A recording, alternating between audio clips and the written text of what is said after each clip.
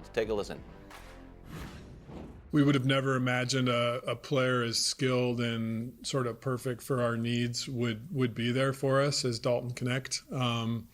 We had him, as a top 10 player unanimously across our scouting boards. I was at the SEC tournament scouting him extensively, and in my mind was like, there's no way a player like this could be available for us to pick on draft night. Okay, how happy should Lakers fans be? I mean, credit where it's due. I've been a very vocal critic of Rob Pelinka in the Lakers front office, but this is, I think, an exceptional pick. This is a kid that scored 35 or more 6 times in just the last year. He was a smaller college and then was at Tennessee. He doesn't have the rivals pedigree that you guys know I value. But his 1 year of big-time college basketball, he was exceptional. I was certain San Antonio would take him at 8 if he were there.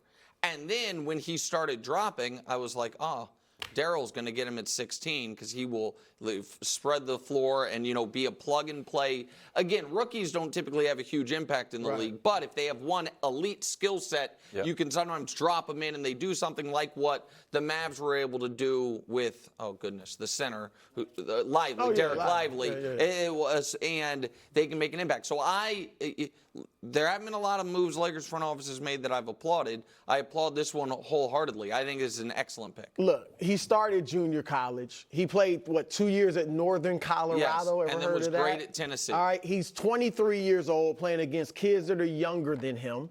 They shouldn't be happy. They should be ecstatic! Ecstatic! He got you again. I got you. He got you again. He got you again. No, but I'm with Nick. Yeah. I love the pick. Yeah. And I know he is 23. And I don't care about something, but I care about the top 3 picks.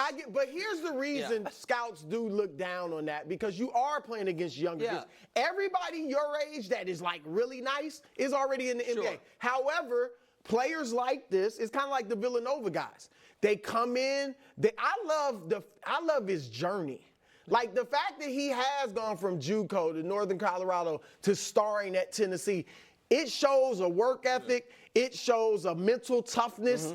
And I think he's going to come in. He's going to be a sponge. He's got some athleticism, even though people know him for his shooting, but he can create his own stuff. I'm not predicting stardom, but I think he is a great pick at 17 and a guy that can really help them out. Can I say one thing for the Lakers specifically? Assuming LeBron's back, I want a guy at 17 that is older.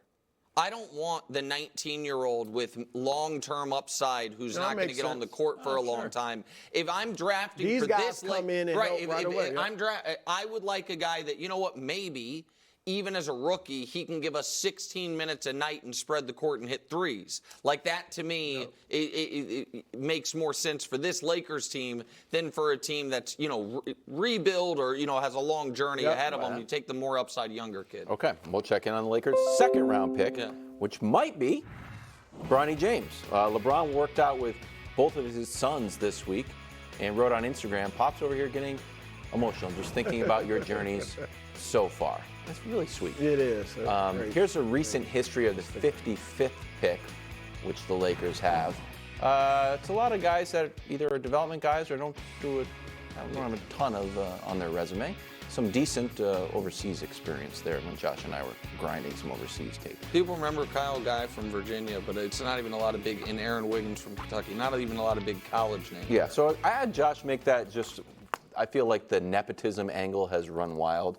And it's just like, guys, the 55th pick usually doesn't work out, so you can take a flyer on a superstar son. So what are the chances that they select Bronny? I think it's darn near 100%. I think Bronny will be, assuming he's there, I don't think any other team's going to take him. They will take him at 55. I think LeBron will re-sign with them for 3 years, $160 million, and they will play together, and it'll be a great story. The nepotism angle, it's obviously there. I don't think they draft a player the equivalent of Bronny at 55 if he's not LeBron's son. But nepotism is rampant in the NBA. Michael Malone, David Adelman, anyone? Their father's coaching the league. That's just to name a few.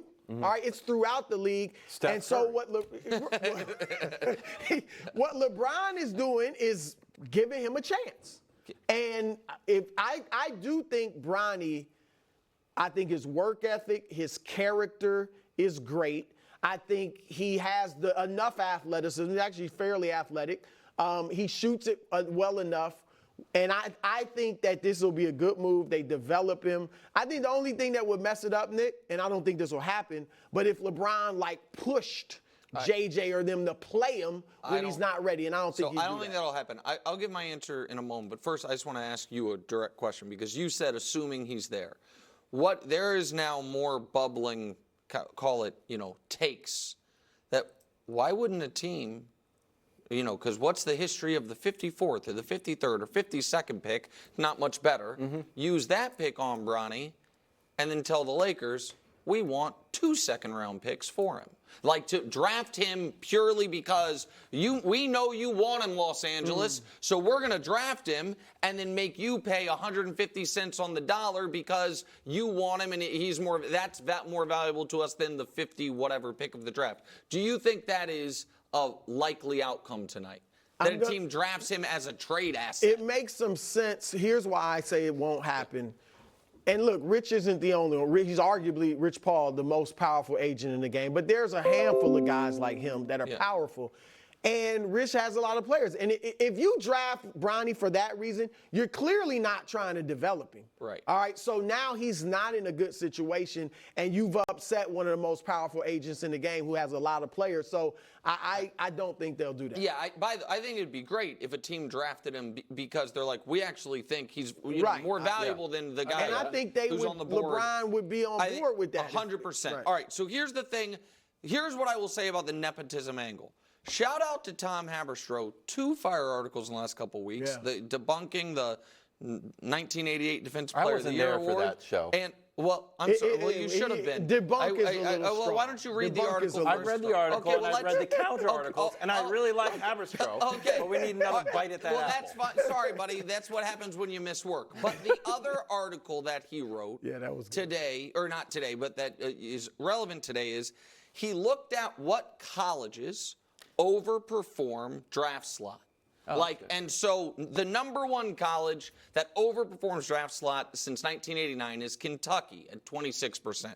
Number 2 is Texas at 25%. Number 3 is UCLA at 24%. Sadly, Syracuse the worst. They underperform by 48%. That's a bummer, but whatever. Does that mean Bayheim? So again, the best was Kentucky at 26%. Kids of NBA players. Oh, I like this. Overperform draft slot by 30%. Yeah. So the nepotism angle is people hear LeBron and they're like, oh, that's the whole thing of it. There is some real data to suggest there is an undervalued resource in, his dad played in the league. Yeah. And by the way, that makes sense, not only from a genetic standpoint, but also coming up around the game, being comfortable, all those things. And there was a kid that went in the lottery who averaged 2.5 points a game in the Australian League. Or went in the 20s, I should say. So I understand Bronny's college stats are not good at all. Go check the college stats of everyone that was a first-round pick, and you'll see some that look like Bronny. So I just don't think it's an outrage that this guy's going to be a second-round pick. And I think that even if LeBron were retired, there would be a team that would be like, you know what? You know what I think's worth a flyer? LeBron James's son. Yeah. Because, and so I think, by the way, read all of Haberstrow's articles, particularly the one on the Defensive Player of the Year. Debunk's a little strong. He still would have won certainly without the home cooking. New York, S-Bob, next on FS1, Fox Sports Channel, Sirius XM. By the way, way, who's a player's son? Rick Brunson's son.